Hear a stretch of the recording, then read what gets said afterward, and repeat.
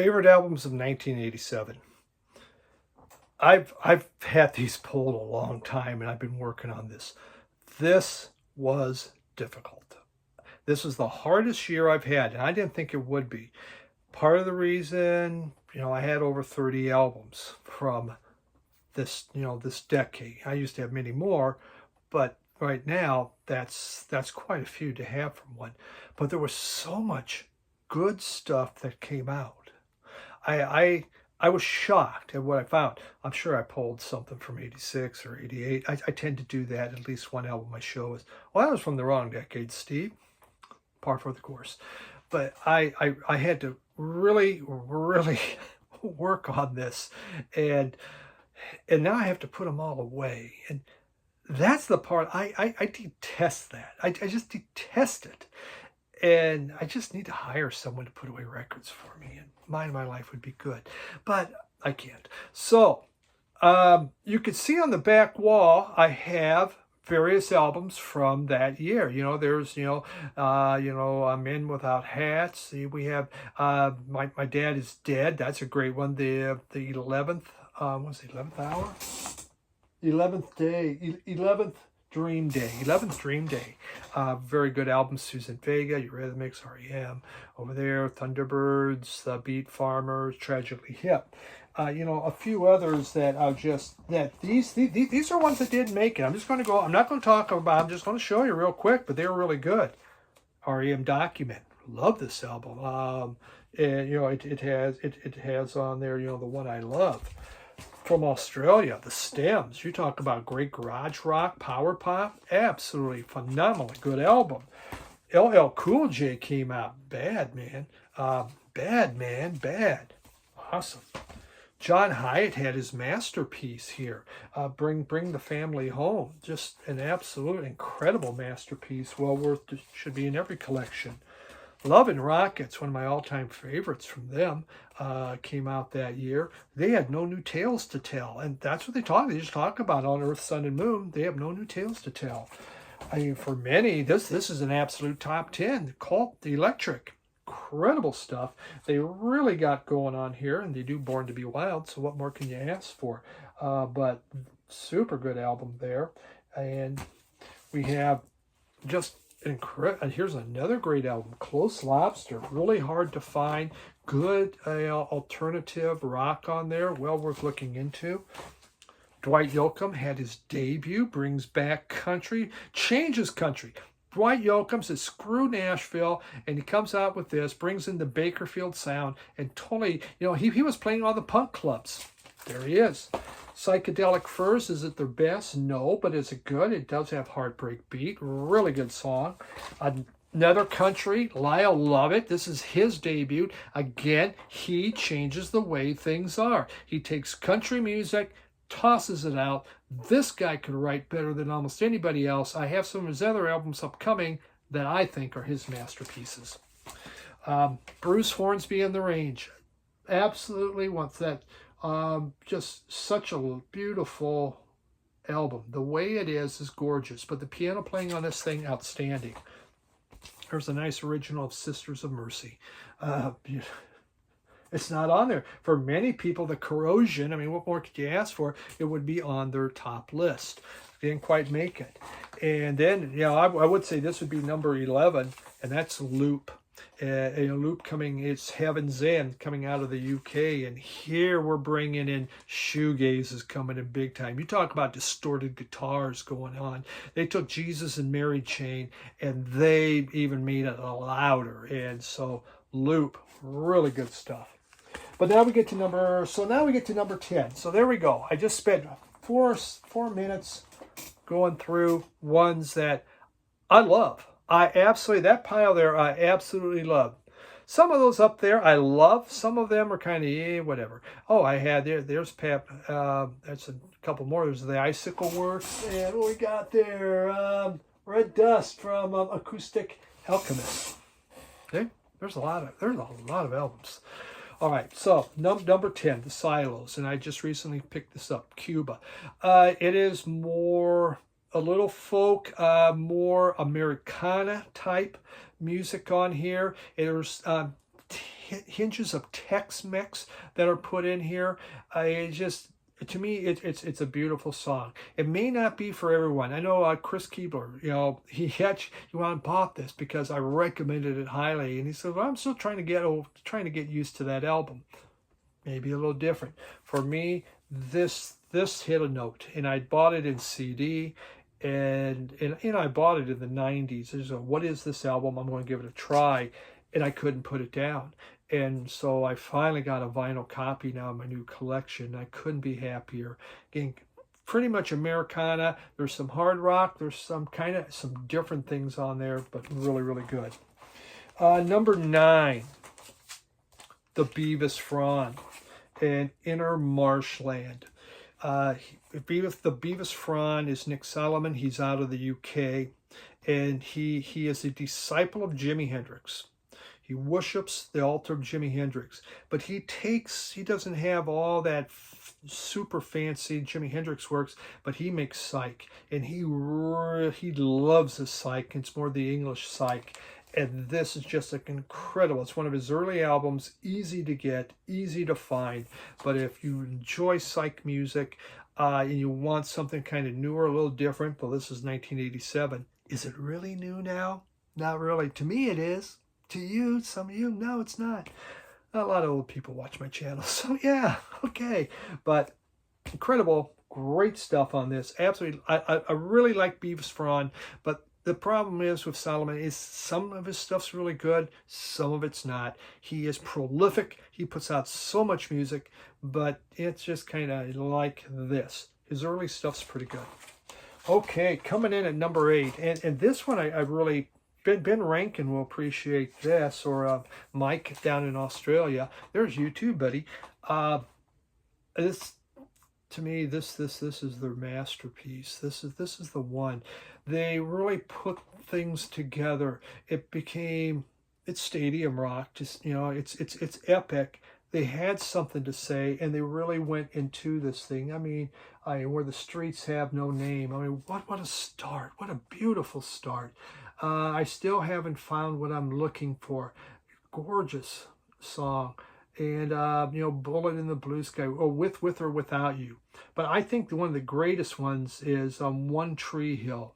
And you listen to One Tree Hill, and you have the Edge's chiming guitar, but then he puts away the chime, and he just roars in there with more of a heavy, hard guitar sound toward the end, and it takes your breath away. It's surprising. It's like, God, that's the Edge coming in that, or did they bring in another guitar player? But really good stuff. Mothers of the Disappeared, something to say. The Edge has hair there. Well, obviously he's always wearing a hat, but he still had his hair. Incredible album. I adore this album. I think it's great. So that was number 8.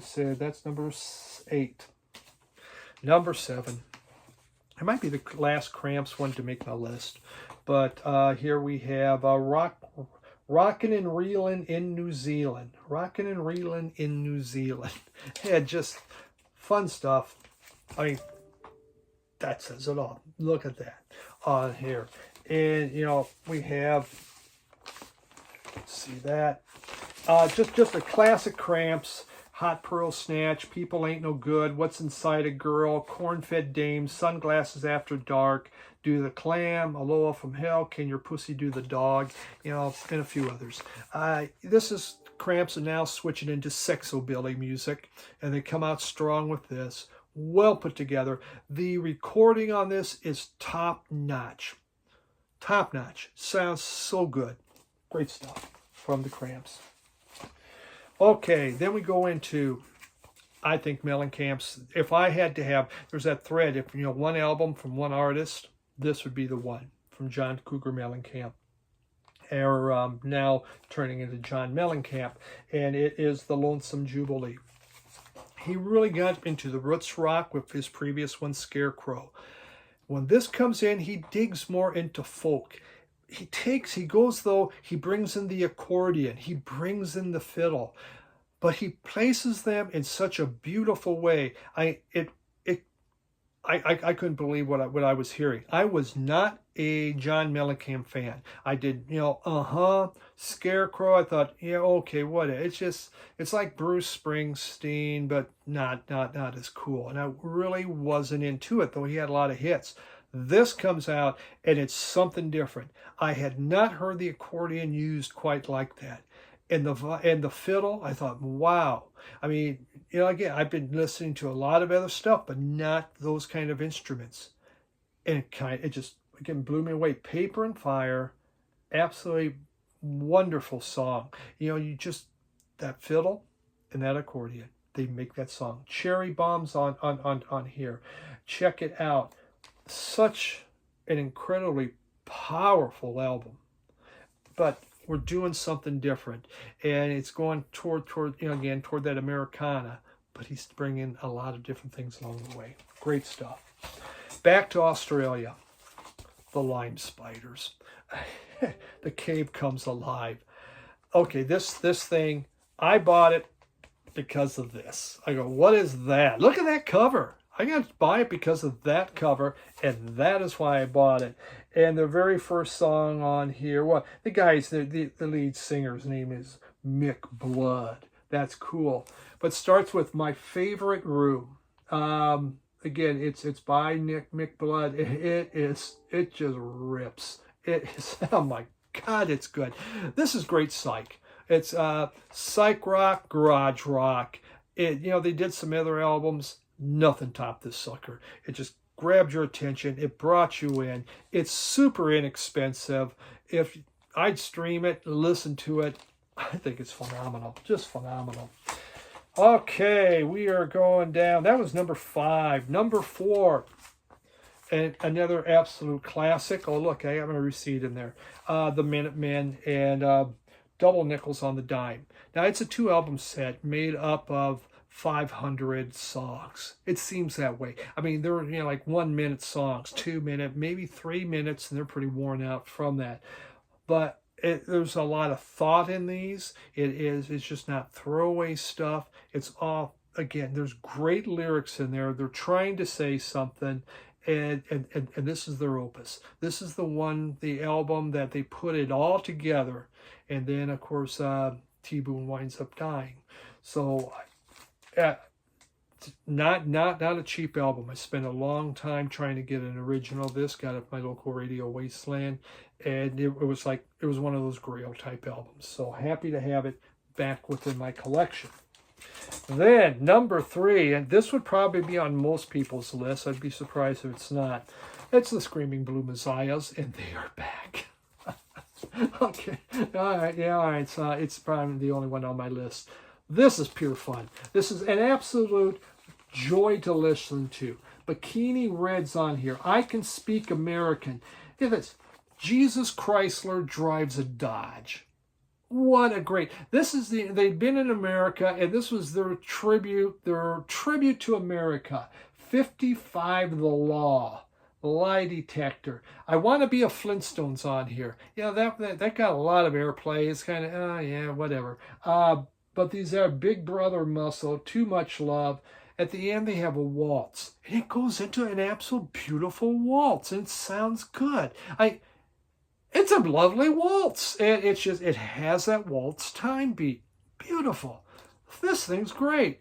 You can find it in the budget bins. And it just outstanding. This album, and they had the one that I showed before. I play this thing so much. So good. All right, number 2. And again, I want to dedicate this to Brian up in Canada. There's Guns N' Roses, Appetite for Destruction. I talk about Take Your Breath Away album. Holy crap. This one did. And I mean, Welcome to the Jungle is just, you listen to that and you're just going, wow. I mean, you're worn out. You're tired after listening. There's so much power, so much excitement. And this took, instead of the hair metal, these guys weren't these guys were just more hard rocking, charging stuff. It wasn't about wearing leather. We're wearing jeans, and we're coming out there. We're drinking away, and my God, of course it has, you know, "Sweet Child of Mine." That is an absolutely beautiful song. So much fun. But "Night Train" is on here. Mr. Brownsville, "Paradise City." Jeez, wow. In my first collection, when I went over to England, I found an original cover, and that was like a pride and joy. I go, oh wow, I got that original that was banned in the States. Well, didn't make it through the flood, but you know, I got this, and this three-sided set, and super great album, power. So what's my favorite album of that year, of 1987? Los Lobos, "By the Light of the Moon." When I heard that, when I bought this, I might have read a review on Rolling Stone. I might have just went and bought it. And it meant, I mean, it spoke to me. The accordion, again, the accordion was brought in here, but this was you're using that Tex-Mex feel to it. One time, one night. It just, what an incredible thing. What an incredible song. But it's about, it's just about these kids growing up, and one gets shot and suddenly dies, and just, it's the way it is. It happens. It's on the street. Beautiful. Shake and shake and shakes. Is this all there is? Then they go Prenda del Alma. So they bring in some of their Mexican music. All I want to do is dance. Set Me Free, Rosalie. River of Fools. Tears of God. It's such an incredibly beautiful song. This is, it ranks for me as a masterpiece of an album. I just, it can bring tears to my eye. It is so well put together. The songwriting is so incredible, but the instrumentation, this is my first foray really into Latin music that I have an absolute love for. As you can tell by a lot of stuff I show, it might be from Mexico. I just got some Puerto Rican stuff from South America. But these are the ones that did it. And this is the album. And your next one, The Neighborhood, is so good too. But wow, this changed a lot of what I listened to. Los Lobos, By the Light of the Moon. Beautiful, beautiful album. We're going to go play it again right now. That's a MoFi, is it? I'm supposed to send them what I want. I forgot about that. They send me a letter. Hey, what'd you like? And as usual, I blow it off. Okay, that's 1987. Extremely difficult year for me because there was so much of this music I absolutely adore. This was, by 87, I'm 28 years old, and I'm really, I'm making decent. I got my first child now, but I got my own music room going on, and really, and I'm living in a place that has record stores. So, what that means. So really fun stuff. But a lot of great music came out that year. These were my favorites. So thanks for hanging out with me and seeing what I really love. Have a great one. Bye.